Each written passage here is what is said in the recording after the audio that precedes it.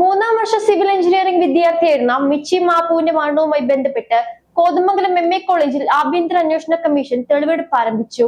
Kothamangalam Mar Athanasius engineering college വിദ്യാർത്ഥിയും അരുണാചൽ പ്രദേശ് സ്വദേശിയുമായ മിച്ചി മാർപ്പുവിന്റെ ആത്മഹത്യയുമായി ബന്ധപ്പെട്ട് രൂപവത്കരിച്ച ആഭ്യന്തര അന്വേഷണ കമ്മീഷൻ കോളേജിൽ തെളിവെടുപ്പ് ആരംഭിച്ചു.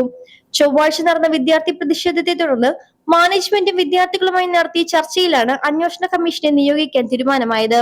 കോളേജ് ഗവേണിംഗ് ബോഡി അംഗങ്ങളായ ഡോക്ടർ ജോർജ് ഐസക് ചെയർമാനും പ്രൊഫസർ ACM കൊറ്റാലിൽ, ഡോക്ടർ ബെന്നി അലക്സാണ്ടർ എന്നിവർ അംഗങ്ങളുമായ കമ്മീഷനാണ് തെളിവെടുപ്പ് നടത്തുന്നത്. ബുധനാഴ്ച വൈകിട്ട് 5 വിദ്യാർത്ഥികളിൽ നിന്ന് കമ്മീഷൻ മൊഴിയെടുത്തു.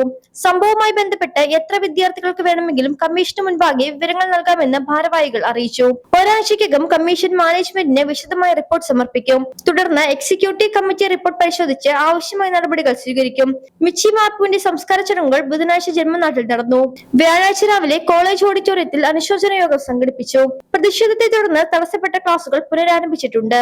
അതേസമയം വിദ്യാർത്ഥിയുടെ മരണത്തിലേക്ക് നയിച്ച ആരോപിക്കപ്പെടുന്ന ക്രെഡിറ്റ് വിഷയത്തിൽ college principal doctor boss Mathew Jose വ്യക്തത വരുത്തി. KTU നിബന്ധനകളാണ് കോളേജിൽ നടപ്പാക്കിയതെന്നും വിദേശ പഠനം ഉൾപ്പെടെയുള്ള ഉന്നതാവസരങ്ങൾക്കായി വിദ്യാർത്ഥികളുടെ നിലവാരം ഉയർത്താനാണ് അക്കാദമിക് കൗൺസിലിന്റെ അംഗീകാരത്തോടെ ക്രെഡിറ്റ് സ്കോർ 22 നിശ്ചയിച്ചതെന്നും അദ്ദേഹം പറഞ്ഞു. ക്രെഡിറ്റ് നേടുന്നതിനായി വിദ്യാർത്ഥികൾക്ക് 3 അവസരങ്ങൾ നൽകുന്നുണ്ട്. നിലവിൽ 720 വിദ്യാർത്ഥികളിൽ 20 പേർക്ക് മാത്രമാണ് മിനിമം ക്രെഡിറ്റ് നേടാനാകാത്തത്. മറ്റു കോളേജുകളിലോ സർവകലാശാലയിലോ ഇല്ലാത്ത സേ പരീക്ഷ എന്ന ആശയം വിദ്യാർത്ഥികളുടെ നന്മ മുൻനിർത്തിയാണ് നടപ്പിലാക്കിയതെന്നും പ്രിൻസിപ്പൽ കൂട്ടിച്ചേർത്തു. ലൈഫ് മലയാളം, കോതമംഗലം.